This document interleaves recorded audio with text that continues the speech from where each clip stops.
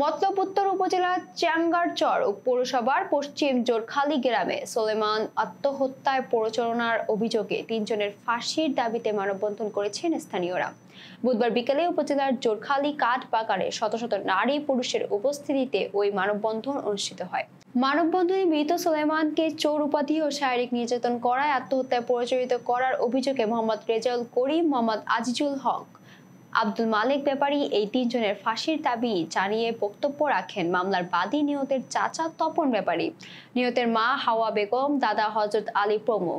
মানববন্ধনে এসে নিহতের মা বক্তব্য দেওয়ার সময় বারবার কান্নায় ভেঙে পড়েন আর বলেন, মামলার বিবাদীরা সমাজের খারাপ প্রকৃতির লোক, ওরা সবসময় আমার পরিবারের উপর জুলুম করত। ঘাতকরা মিথ্যে অপবাদ দিয়ে আমার ছেলেকে হত্যা করলো। আমি রেজাউল করিম ও তার সহযোগীদের ফাঁসি চাই। নিহতের চাচা ও মামলার বাদী তপন জানান, গত ২৫ জুলাই রাতে মামলায় উল্লেখিত ১ নং বিবাদীর বসত ঘরে কে বা কাহারা চুরির উদ্দেশ্যে আসে। উল্লেখিত বিবাদীরা আমার ভাতিজাকে চুরি করার মিথ্যা অপবাদ সহ মারধর করে, শরীরের বিভিন্ন স্থানে নীল ফোলা জখম করে ক্ষান্ত হননি। পুনরায় ২৮ জুলাই বিচারের দিন ধার্য করে।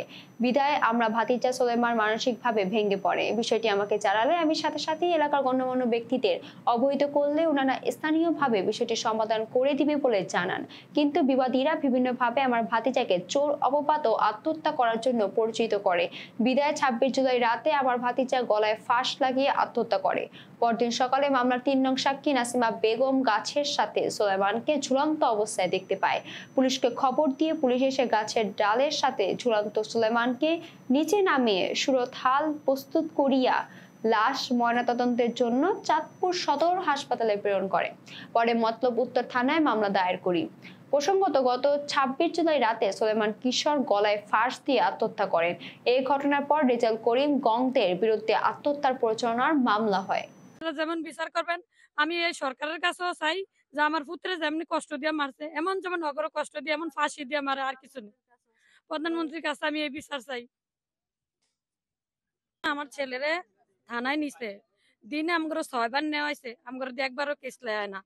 পরে কয় কি লাশ আনার পরে কয় কি রাত ৮টা বাজে যাইতাম, বিলা ৮টা বাজে গেছি, এই সময় আমগর কেস লেয় না, আমগর বাইট ফাটাই দিছে। পরে অনেক রিকোয়েস্টের পরে আমগর রাত ১১টা বাজে কেস লেগছে। আমগর ফাত্তাই দেয় না। আমরা গরিব দেখি, আমাকে বাড়িতে গেলে দেখবেন কি অবস্থা আমাদের, এর লেগে আমাকে ফাত্তা দেয় না এরা, বুঝছেন। আমি ওখানে এটার সূক্ষ্ম বিচার চাই। আমার পুত্রে যেমনি ফাঁসি দিয়ে মারছে এমনি অগো ফাঁসি চাই আমি, আর কিছু। আমার ছেলেরে এর আগে দিও আমার দেওরা ঘরে নিয়ে জেল কাটাইছে, হে শত্রুতা আমার পুত্রে মাইরালাইছে এরা। আমি এটা আর কিছু চাই না, আমার পুত্রের সূক্ষ্ম বিচার চাই, ফাঁসি চাই, আমার পুত্রের বাদিলে ফাঁসির বুদ্ধি ফাঁসি চাই। এই কথা এই এনে ঝুলিয়ে রাখছে, এই যে দড়িতে মারছে, এই দড়ি দিয়ে ফাঁসি দিছে। বৃহস্পতিবার যে রশি দিয়ে বাঁধা হয়েছে ওই রশি দিয়ে শুক্রবার রাতে গাছের মধ্যে ঝুলানো হয়েছে আমার ২২ তারিখে।